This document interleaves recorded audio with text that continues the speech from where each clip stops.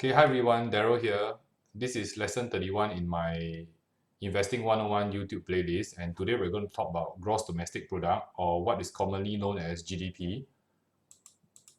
So, gross domestic product or GDP is the total value of all goods and services produced for a specific period of time. A lot of us we hear about GDP in maybe the news or in the media mentioning about how the economy's health is, and then they normally use GDP as a measure of this. So, it is important for us to know what is GDP. So it may sound like I'm starting an economics lesson in the junior college or the polytechnic, but that's not my goal here. I'm just trying to let everyone understand what is GDP. So if let's say you took a A-level course in economics or in the polytechnics, then you definitely know what GDP is. But just a recap. Okay, so the factors that make up GDP are domestic consumption. That means that like for us people in, let's say, Singapore, then it is what we are spending. Then it is also investment, like businesses, they may invest in machinery and stuff.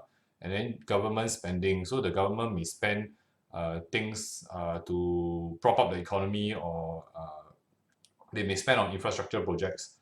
And also net exports, that means that exports minus imports, that's net exports. So the actual formula which you know economic students use is C plus I plus G plus X minus M, and this actually forms GDP.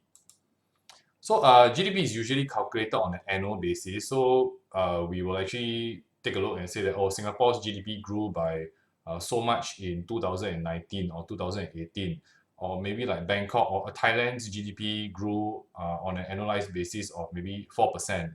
Then we can use that to uh, calculate the health of the economy. But it's important to note that GDP, there's nominal GDP, which is just taking all the figures and putting them together, and real GDP, which is inflation adjusted. So previously I spoke about how uh, inflation is healthy for the economy. I mean like moderate inflation, and then yeah, so inflation does affect the GDP figures. So if let's say like you don't correct it for inflation, right? That means you don't adjust the figures. Uh, you don't adjust it for inflation, then obviously the GDP in 10 years time is going to be a lot more than the GDP of today. That's because uh, prices of goods and services will increase gradually over time. So in the past, maybe like a bowl of noodles would cost $2 in Singapore, but maybe like in today's terms, right, it costs maybe $3.50 or $4. So we need to factor in inflation so that we calculate goods and services based on the like similar standing. So it's important to note that normally figures that are released are real GDP figures. That means that the actual gross domestic product is actually already adjusted for inflation. Okay, so it's important to note that also GDP figures are released on a quarterly basis. So they give you a snapshot of the health of the economy. And it is important because quarter by quarter, right, you can see how the economy is moving. And as investors, we will actually get to know how the general economic climate is, and it makes us better investors as well. So it's also used to estimate a country's standard of living. We have this thing called GDP per capita. So you take the GDP of a country and then you divide by the population, and then you get GDP per capita, and you can use this to compare the health and strength of various countries. So you can use it to obviously maybe Indonesia's GDP is going to be higher than Singapore's GDP because Indonesia is so much larger than Singapore and has so much more people than Singapore. The population is so much larger. But if you calculate the per capita GDP, then once you take the GDP of Singapore divided by the population and GDP of Indonesia and divide by the population, then Singapore's GDP per capita is so much higher than Indonesia's. So you can see that Indonesia is a large economy, but when it comes to GDP per capita, right, Singapore outdoes them. That means that uh, the wealth per individual is a lot higher in Singapore. Okay, so it's important for investors to understand such data and figures to understand the general health of various economies. And if you're looking at like the property market, right, it's important to note that I mean, go back to basic economics. A lot of times, a lot of things that are portrayed to property buyers, I personally feel are not basic economics. If it makes sense to invest because of various economic figures, then yes, so be it. Okay, do understand that there are times where uh, it just doesn't make sense, but yet a lot of people go into it. That's why we had the Great Recession in 2008 in the US, the Great Financial Crisis.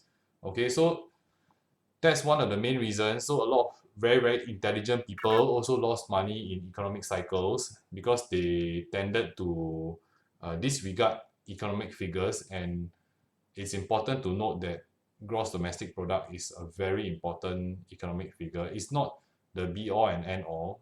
It is not a 100% foolproof economic indicator, but it's important for us as investors to uh, always at the back of our mind understand GDP, and it will this topic will flow to the next topic, which I'm talking about recession, uh, and um, and I'll actually explain like uh, how we should use GDP figures to understand and make us better investors.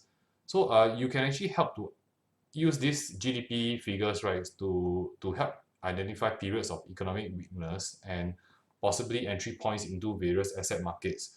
So a lot of times people ask me, uh, where do you make the most money from? Okay, like I mentioned, most investors, they always tell you how much money they make from their winners. They never tell you how much money they lose.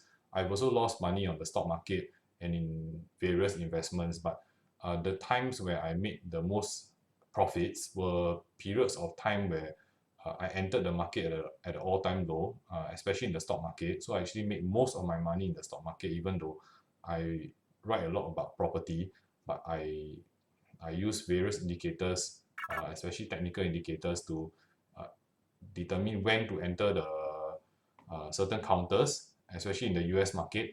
And then, yeah, so this is one of the indicator whereby you may take a look and say, hey, maybe I want to look at that market and enter it. So use various economic indicators, right, to help you to maybe zoom in on a particular market to enter, and GDP is one of them.